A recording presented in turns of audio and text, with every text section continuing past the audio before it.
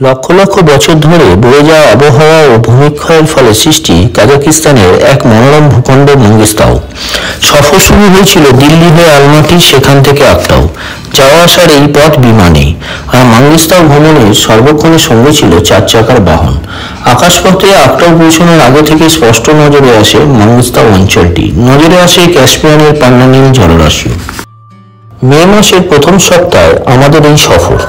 ট্রাভেলারকের ব্যবস্থাপনায় আগে থেকেই আকটাও বন্দরে অপেক্ষা করছিল আমাদের সফরের বাহন ও গাইড, ফলে সময় নষ্ট না করেই বেরিয়ে পড়তে পেরেছিলাম। যাওয়ার পথে পড়েছিল এক অয়েল ফিল্ড, যেখানে তেল তোলার বিশেষ মেশিন সক্রিয় থাকতে দেখা যায় ঘোড়ার পাল মেঠো পথে।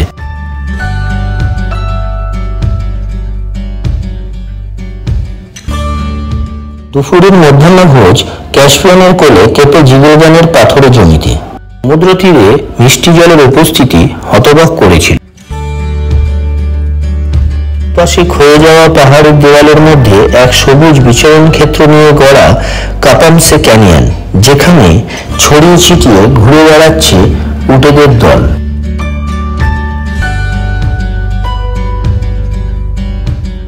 ছড়িয়ে আছে বিশেষ আকৃতির ক্ষয়ে যাওয়া পাহাড়ের অংশ। কোনোটাকে দেখে মনে হতেই পারে যেন এক স্পেস জাগ যা নেমে এসেছে এই জনমানবহীন প্রান্তরে। দিন শেষে ফিরে যাই সার্তাসে। ব্রেকফাস্ট করে সার্তাস থেকে আমরা সকাল সকাল বেরিয়ে পড়ি, চলি সাকপাকাটার দিকে। এটি একটি সুপ্রাচীন ভূগর্ভস্থ মসজিদ, যা এই অঞ্চলের বিশেষ দ্রষ্টব্যের মধ্যে পড়ে।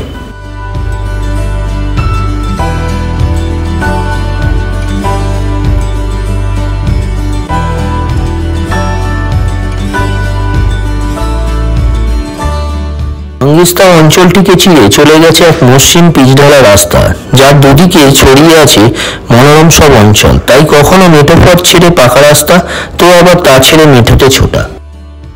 এরকমই এক মেঠো পথ ধরে পৌঁছে যায় ছড়িয়ে থাকা হাজার হাজার পাথরের বলের উপত্যকায়, যা ভ্যালি অফ বলস নামে পরিচিত।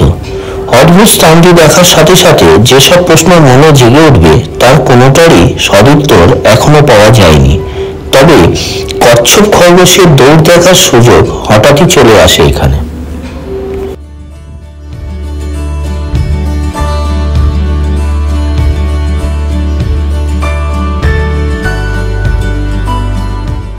কোকালা ট্র্যাক্ট এক অদ্ভুত ভঙ্গুর পাহাড়ি অঞ্চল। মেঘলা দিনের জন্য যা রঙিন বিচ্ছুরণ দেখার সুযোগ হয়নি আমাদের।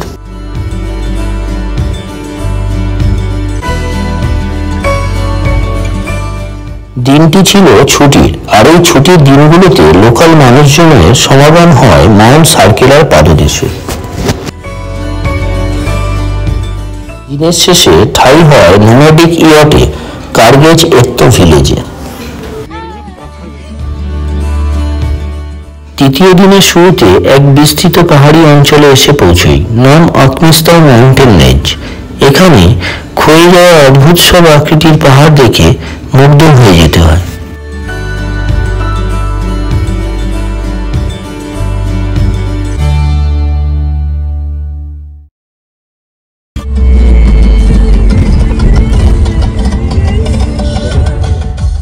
এবার সরাসরি ক্যাস্পিয়ান তটভূমির উপরিভাগে এসে থামে আমাদের বাহন। এটা তুজবিহার, এ পথের আরেক মনোমুগ্ধকর অঞ্চল, যা লোয়ার ও আপার পার্টে বিভক্ত। আপার পার্টে ওপর থেকে ক্যাস্পিয়ানের তটভূমি ও তার লাগোয়া ক্ষয়ে যাওয়া পাহাড়ি দেওয়াল দেখে সত্যি থমকে যেতে হয়। লোয়ার পার্টে পার হয়ে যায় ক্যাস্পিয়ানের লবণাক্ত জলে। তটভূমিতে রাত কাটাই তাঁবুতে। প্রচন্ড হাওয়ার দাপটে সমস্ত রাত্রি জেগে কাটাতে হয়। তবে ঝলমলে চাঁদনি রাতে সমুদ্র তটের সৌন্দর্য সেই রাত চালাকে ভুলিয়ে দেয়। ওয়েবেকটি সেই ক্যানিয়ন প্রকৃতির খেয়ালিপনার আর এক অদ্ভুত নিদর্শন, যা দীর্ঘ বরক্ষয়ের মাধ্যমে সৃষ্টি। ক্যানিয়নের গভীরতা, ব্যাপ্তি ও সর্বোপরি রঙের বাহার চোখে লাগার মতো। তবে এখানেও আমরা কিছুটা আশাহত, কারণ মেঘলা আকাশ। কিজেলকোপ আর এক রঙিন ডোরাকাটা পাহাড়ের সমষ্টি, যা দেখে মন মেতে উঠতে বাধ্য। ছুটে বেড়াতে চাইবে এক প্রান্ত থেকে অন্য প্রান্তে।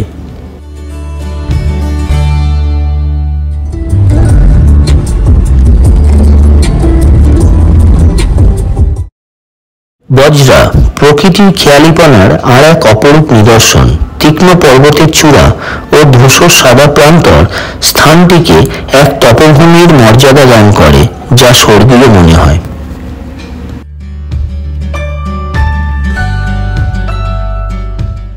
মাউন্ট বকটি এক একক চুনাপাথর মিশ্রিত পাহাড়, বিস্তৃত মরুতে যেন এক যোগীরাজ।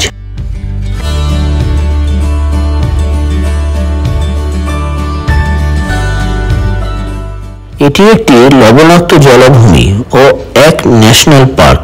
সন্ধ্যে রঙের বাহারে সকলেই আমরা স্তম্ভিত হয়ে যাই।